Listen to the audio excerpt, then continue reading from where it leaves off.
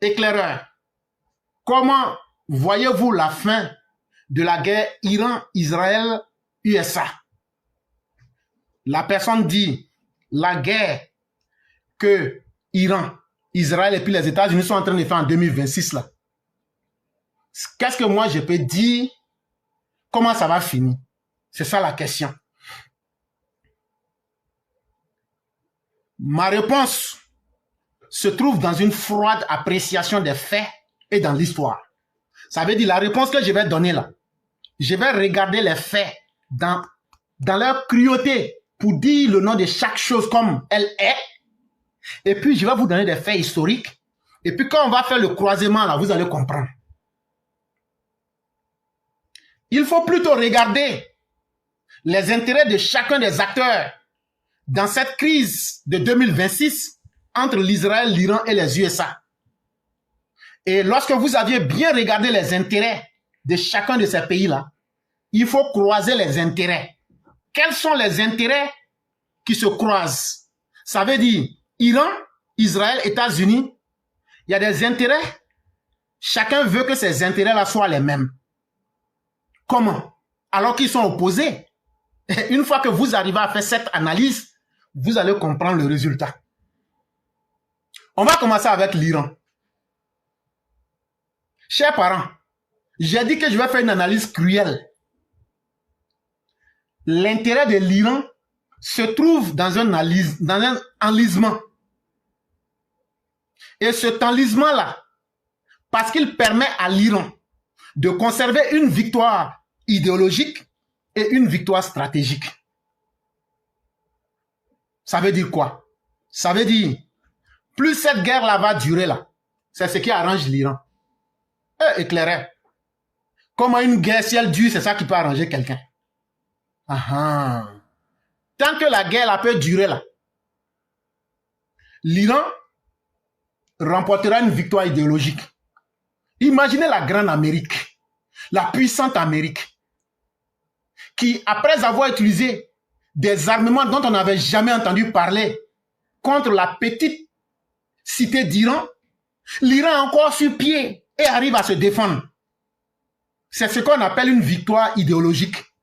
Ça veut dire l'Iran va prendre ça pour dire à tout le monde, regardez nous là, les États-Unis et l'Israël là, qui sont les puissances, les derniers cris là, ils nous ont attaqués pour nous faire plier, mais nous on est encore là. Ça s'appelle une victoire idéologique. Et donc, après cela, il y a une victoire stratégique.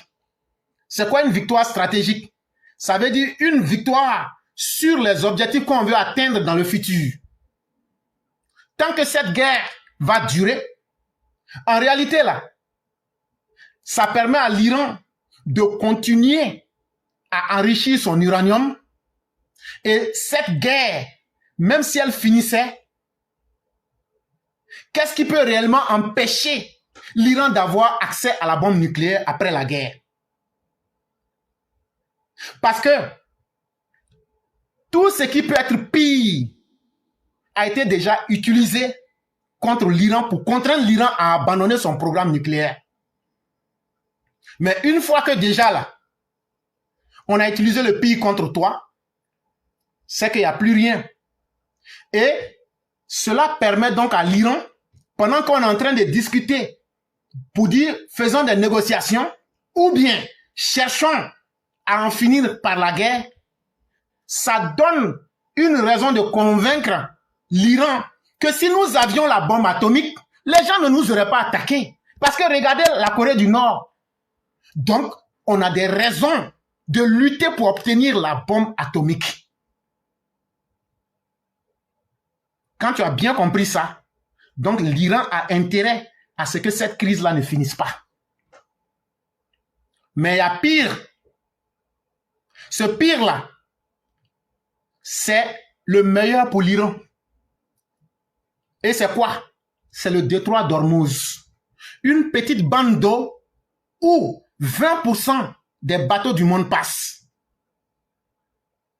L'Iran a compris une chose, que le détroit d'Ormuz est plus puissant que la bombe nucléaire. Parce qu'elle a pu expérimenter dans des conditions réelles aujourd'hui et cela a déstabilisé le commerce international et le trafic des navires dans le monde.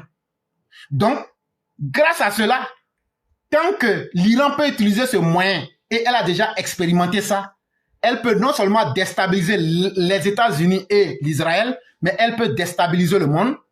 Donc, elle ne va pas hésiter. Parce que même si la guerre finissait, la posture et ce qu'elle a compris de cette crise va redéfinir les lois de la navigation mondiale. Ça, c'est l'Iran. Maintenant, prenons le deuxième pays, qui est l'Israël.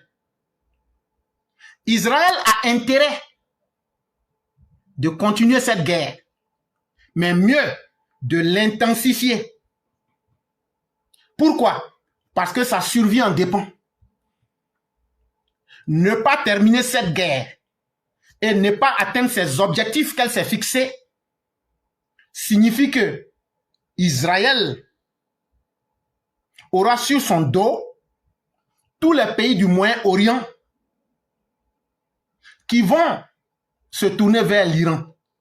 Parce que dans cette guerre, l'Iran a montré toute sa capacité de nuisance quand elle a attaqué les autres pays.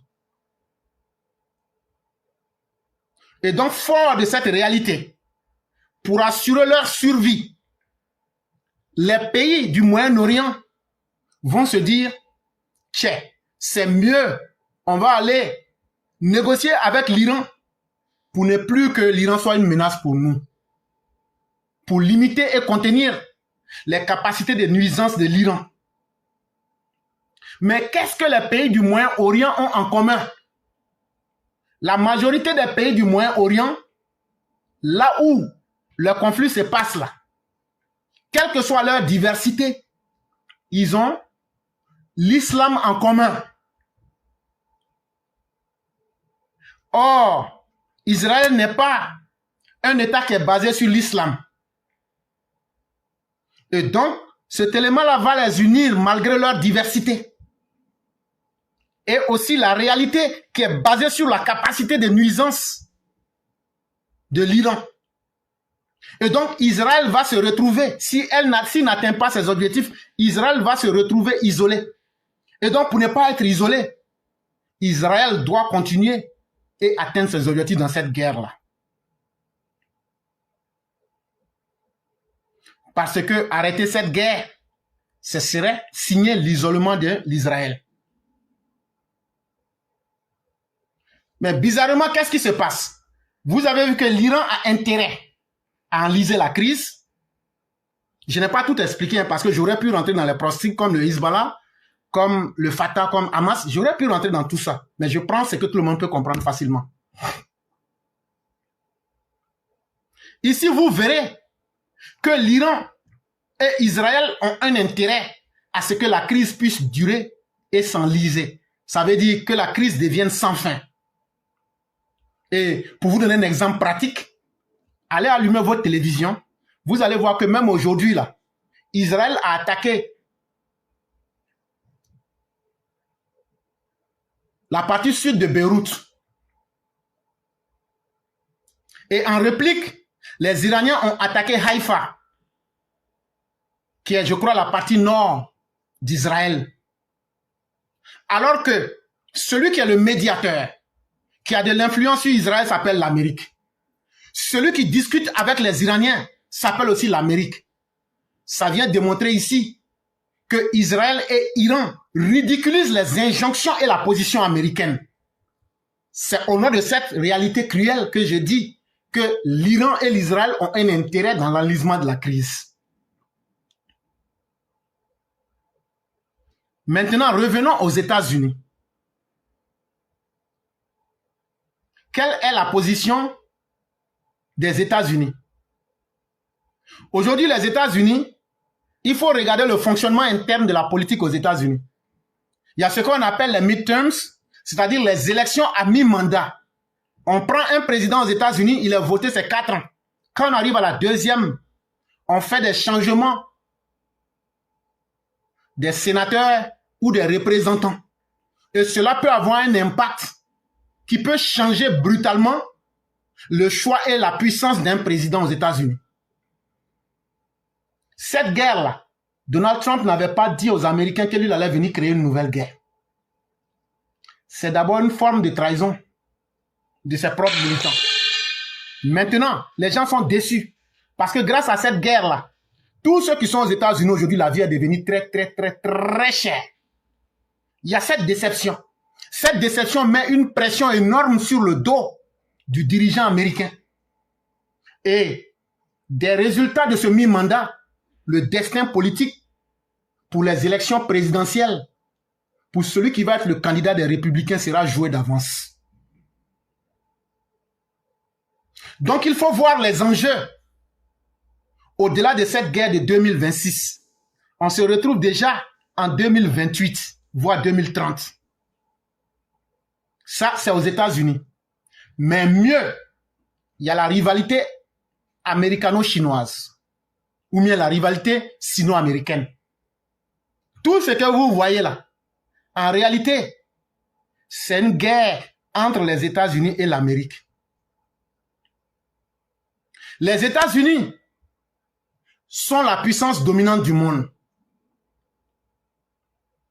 Mais les États-Unis sont confrontés à la Chine, qui est une puissance qui est en train de monter, une nouvelle puissance montante. Qui peut aimer que sa domination soit mise à terre? Mais dans le problème particulier américain, les États-Unis sont confrontés à un dilemme. Plus ils vont essayer de se répandre, et plus la crise va durer, les États-Unis seront obligés de déployer plus de moyens. Et déployer plus de moyens, ça veut dire s'affaiblir soi-même. J'ai dit qu'il y a un dilemme. Maintenant, la Chine, qui est une puissance montante,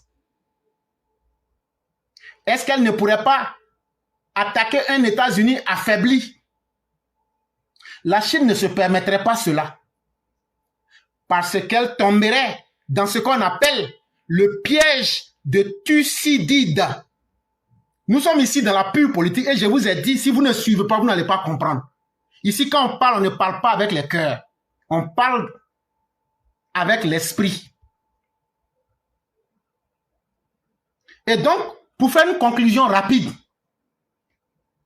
ni les États-Unis, qui sont une puissance établie, ni la Chine, qui est une puissance montante, ne vont prendre le risque d'aller au-delà de la guerre. La guerre va continuer de se mener à travers les proxys. Écoutez-moi très bien. Les proxys, on va utiliser d'autres pays pour continuer la crise. Mais les deux puissances ne vont pas s'attaquer. Ou bien, ça sera des guerres par procuration. Comme par exemple le Hamas ou même le Hezbollah que l'Iran va utiliser. Et Israël va continuer sa stratégie d'assassinat des dirigeants iraniens. Et donc la guerre, là, ça ne va pas cesser. On va se trouver dans un statu quo. Et ce statu quo va nous maintenir dans un monde d'incertitude où chacun va défendre ses intérêts de façon isolée. Je vous ai dit que j'allais vous parler sans sentiment. Mais c'est quoi le piège de Thucydide? Le piège de Thucydide, c'est une théorie de la géopolitique qui est partie sur les données qu'il y a eu des puissances avant les États-Unis. Il y a eu plusieurs, il y a eu la Perse, il y a eu l'Égypte. Mais les puissances peuvent monter et elles peuvent tomber. Et quand une puissance est en train de tomber, c'est qu'il y a une qui est en train de monter, de descendre. Quand une puissance est en train de monter, c'est qu'il y a une puissance qui est en train de descendre. Donc, ce qu'on appelle ici la puissance montante, c'est par exemple la Chine qui, d'ici 2050, pourrait être la superpuissance mondiale. C'est ce qu'on appelle la puissance montante. Les États-Unis, qui sont déjà une puissance mondiale depuis la Deuxième Guerre mondiale, c'est ce qu'on appelle la puissance établie. Ça veut dire la puissance qui contrôle le monde en ce moment. Pourquoi, selon le piège de Thucydide, La Chine ne peut pas attaquer militairement les États-Unis. La Chine ne peut pas attaquer les États-Unis parce qu'elle va perdre cette guerre. Et je vais vous donner 2 ou 3 exemples. Quand vous prenez la guerre de Péloponnèse, durant cette guerre, les Athéniens, qui étaient la puissance montante comme la Chine, quand ils sont allés s'attaquer aux Lacédomiens, les Lacédomiens, qui étaient la puissance établie comme les États-Unis, les Athéniens ont échoué. Et celui qui nous donne cette histoire-là, c'est un historien qui s'appelle Thucydide. Et cette histoire que je vous raconte, c'est passé il y a 2400 ans. Et quand on regarde effectivement les grands exemples, toutes les puissances montantes qui se sont attaquées aux puissances établies, sur les 16 cas d'exemple, il y a 12 qui se sont avérés vrais. Donc les probabilités qu'une puissance montante s'attaque à une puissance établie, que cette puissance montante puisse échouer, sont extrêmement élevées. Et c'est ce qui fait qu'aujourd'hui, dans la rivalité sino-américaine, ou même dans la rivalité américano-chinoise que nous voyons en 2026, la Chine ne se permettrait pas de prendre ce risque. Maintenant, pour ceux qui n'ont pas bien compris, je vais vous donner un dernier exemple. Pendant la Deuxième Guerre mondiale, la principale puissance montante s'appelait les États-Unis. Ce qui a permis réellement aux États-Unis de devenir la vraie puissance après la Deuxième Guerre mondiale, c'est le fait que lorsque la Deuxième Guerre mondiale a débuté à partir de 1939, les États-Unis sont restés à l'écart de la Deuxième Guerre mondiale entre 1939 et 1941. Ils ne se sont pas engagés pendant les 3 premières années. Ils ont laissé ceux qui sont les acteurs s'affaiblir entre eux. Et parmi ces acteurs-là, il y avait une puissance qui était déjà établie. Et cette puissance s'appelait la Russie. Cette puissance, la Russie, était engagée dès le début de la Deuxième Guerre mondiale. Et donc, elle va s'effondrer en sortant de la Deuxième Guerre mondiale. Et c'est à partir de ce moment-là, pour être plus précis, le 8 décembre 1941, que les États-Unis s'engagent dans cette guerre pour déterminer le cours de l'histoire et sortir comme vainqueurs et imposer leurs idéologies à travers le plan Marshall. Quand vous avez bien compris tout ce que je vous ai dit, pour faire la conclusion, les conséquences de cette crise que nous voyons aujourd'hui en 2026, ce n'est pas un accord de paix qui va mettre fin aux conséquences de cette crise. Cette crise, malheureusement, aura le mérite de redéfinir les rapports entre les pays. Chacun va chercher maintenant son intérêt. Et ça aura aussi le mérite de redéfinir c'est quoi le droit international. Et donc, on va mettre les intérêts personnels au-delà du droit international qui va certes exister, mais il va exister simplement dans la forme. Et on va rentrer dans un monde où tous les scénarios vont s'ouvrir à nous.